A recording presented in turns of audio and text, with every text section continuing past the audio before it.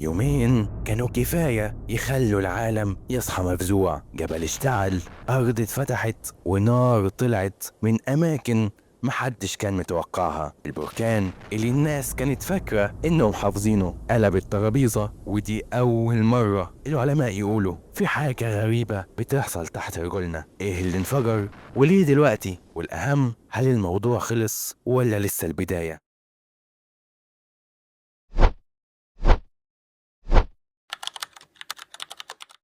السلام عليكم ورحمة الله وبركاته. أنا محمد الراعي، ودي حلقة جديدة من قناة خط. والنهاردة الخط بتاعنا مش راجع سنين ولا عقود، الخط راجع يومين بس. راجع للحدث اللي الدنيا كلها اتكلمت عنه.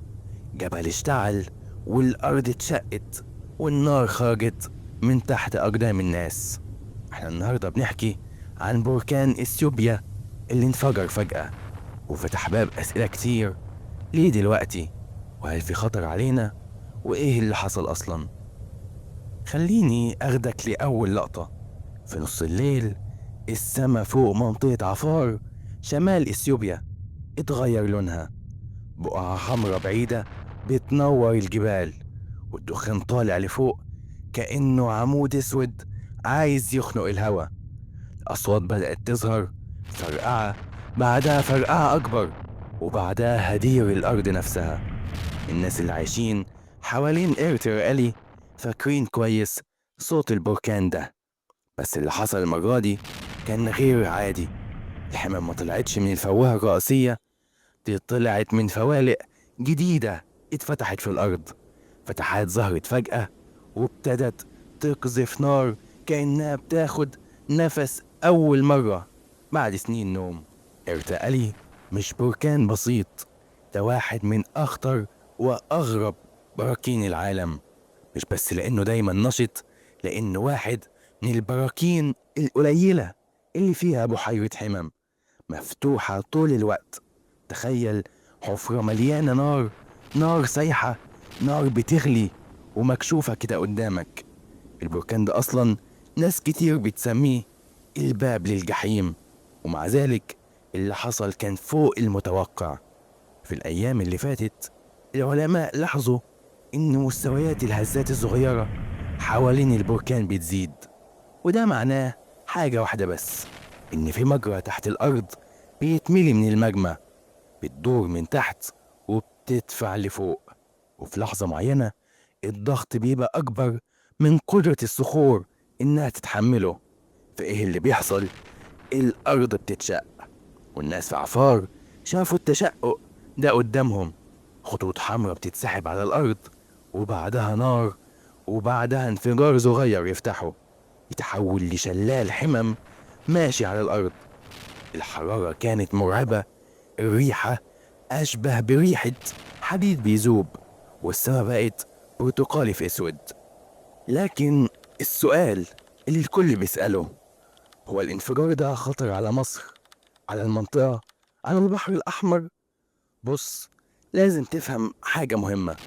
المنطقة دي كلها مبنية على الصدع الأفريقي الشرقي.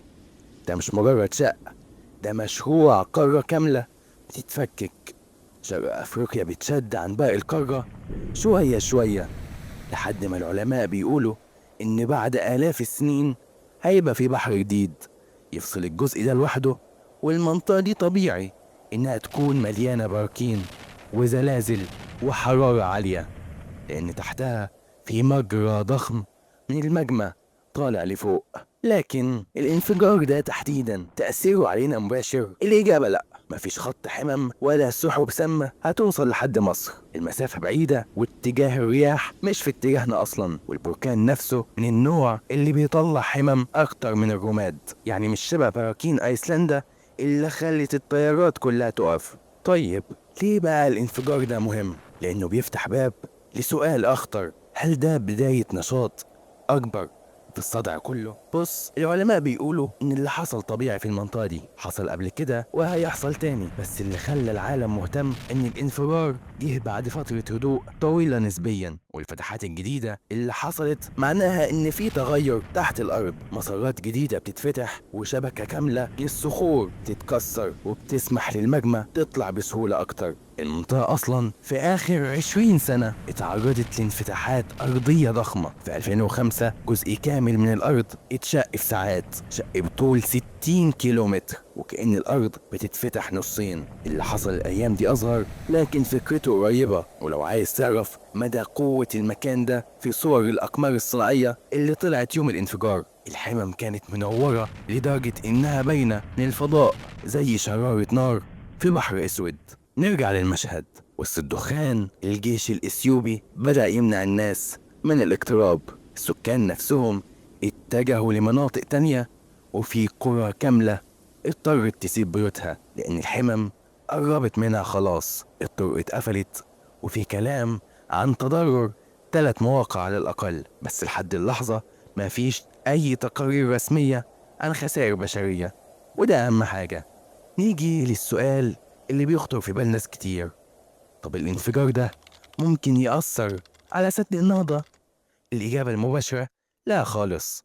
السد بعيد عن منطقة البركان بحوالي 1000 كيلومتر، وفي منطقة تانية أصلا، وتحتها صخور مختلفة تماما. مفيش أي علاقة بين النشاط اللي حصل وبين السد. اللي حصل محلي خطير على المنطقة دي بس، لكن لازم نفهم إن نشاط الصدع ده بيأثر على شرق أفريقيا كلها على المدى الطويل، بس ده تأثير جيولوجي بياخد آلاف السنين مش أيام. نرجع بقى للجزء اللي الناس مش واخدة بالها منه، إن المنطقة دي إلى جانب خطورتها هي كنز علمي. العلماء بيعتبروا إرترائيلي واحد من الأماكن اللي ممكن تشرح إزاي الأرض كانت شكلها من ملايين السنين، لأن المكان حرفيا بيوريك الأرض وهي بتتكون. الحمم دي هي المادة الأولى اللي عملت القارات، اللي بنت الجبال، اللي عملت كل حاجة احنا واقفين عليها دلوقتي. والغريب إن المنطقة دي بقت مقصد سياحي. ناس بتركب عربيات دفع رباعي وتروح تقف قدام الحمم المتحركة على بعد أمتار، يصوروا صور سريالية، نار وليل ودخان. بس الأيام دي السياحة توقفت طبعا، لأن النشاط زاد عن الطبيعي. وفي نقطة كمان، العلماء حاليا بيحاولوا يعرفوا لو الانفجار ده له علاقة بتغير المناخ العالمي، مش بمعنى إن المناخ السبب، لكن بمعنى هل في تأثير للبركان على الجو.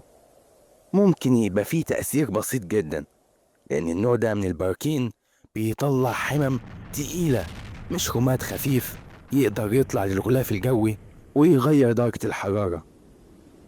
بس ممكن يبقى ليه تأثير محلي، لأن الهواء حوالين البركان هيكون ملوث بأكسيد الكبريت، وده غاز بيضايق التنفس، وده السبب إن السلطات الإثيوبية نقلت سكان كتير من المكان ده. خلينا بقى نروح لأغرب تفصيلة. البركان ده اسمه إرتائيلي، ومعناه الجبل الدخان بلغة شعب الأفار.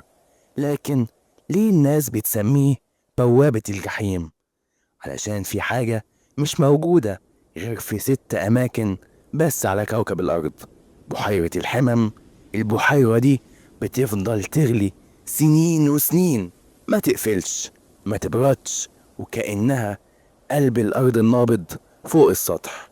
ومع كده اللي حصل الأيام دي مش من البحيرة دي، من فتحات تانية، وده اللي مخلي العلماء بيتابعوا بدقة، لأن لما البركان يفتح قنوات جديدة ده معناه إن شكله وهيبته تحت الأرض بتتغير.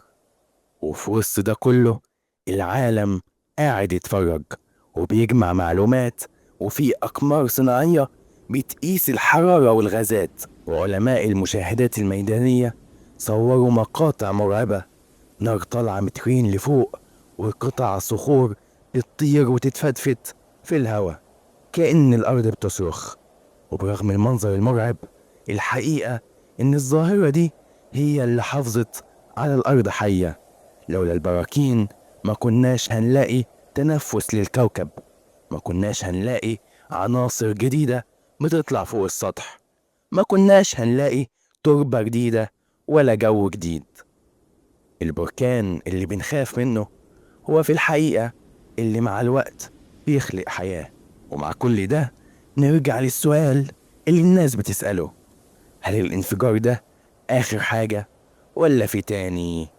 العلماء بيقولوا إن المنطقة داخلة في فترة نشاط، يعني ممكن يحصل انبعاثات تانية، فتحات جديدة، انفجارات صغيرة، ويمكن حتى أكبر، لكن كلها محصورة في نطاق البركان. يعني الموضوع مش ماسك خط ورايح لدول تانية. الخلاصة: اللي حصل في إثيوبيا الأيام دي مش حدث عابر، دي صفحة جديدة في سجل واحد من أخطر البراكين في أفريقيا كلها. صفحة فيها نار وليل مضيء وأرض بتتنفس وبداية أسئلة كتير هيجاوب عليها العلم في الشهور الجاية. واحنا هنا في قراءة خط بنحكي لك الحكاية من أول شرارة لحد آخر دخنة طلعت من الجبل. ولو وصلت لحد هنا متنساش تعمل لايك وتشترك في القناة وتسيب لي رأيك تحت وتستنى الخط الجاي.